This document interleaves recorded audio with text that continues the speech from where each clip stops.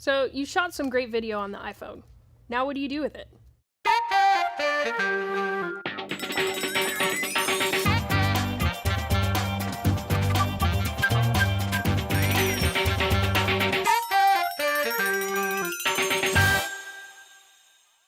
You can of course simply email, text, upload it to YouTube, or if you're feeling really adventurous, you can edit it.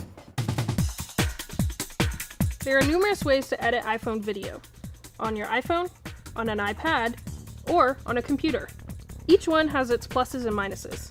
So let's take a look at the phone first. Editing on the same phone you shot the video on is probably the simplest way to go. You'll just need a video editing app like Apple's iMovie or Real Director. By the way, we're not doing tutorials on the actual apps. We're just giving you some general ideas on what we think are the best options for editing. So open your preferred editing app and start a new project. Then import your footage and start editing. Most of these apps only allow for basic cuts and dissolves, and also some basic video effects.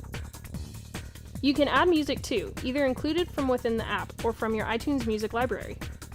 Editing on the iPhone is cumbersome at best, but it does work and you actually can achieve some really great results. Once your video is edited, you can then send to a variety of places, including saving it to your camera roll. This is what we typically do. That way you can easily transfer that video to another device or hard drive for playback and/or archiving. Now for editing on an iPad.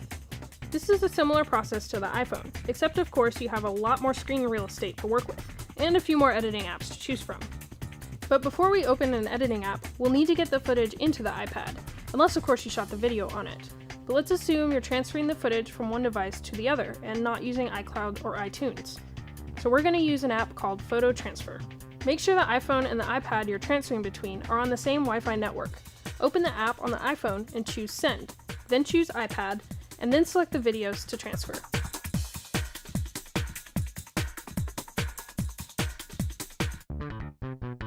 Next, open the app on the iPad, choose Receive, then choose iPhone and select the device.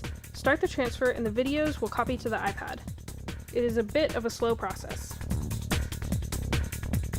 Once the videos are copied, you're now ready to open an editing app, and one of our favorites is Avid Studio. Open the app, create a new project, and all of the media on your iPad will automatically load into the app. Edit your project, and then, like on the iPhone, export the final video to your favorite destination site or save it to the camera roll. The final way is to edit your footage on a computer.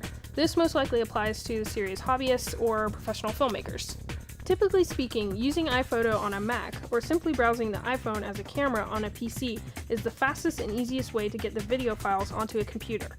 You can of course use the same photo transfer app as we did with the iPad, but it is pretty slow. The USB connection is really a much quicker way to go. For this example, we'll be using a Mac, but it works very similar on a PC. Connect to the USB cable from your phone to your computer. Open iPhoto and select the video files you'd like to transfer. Once transferred, right-click on a file to open it in the Finder. This will take you to its folder, where you'll then have direct access to the individual files.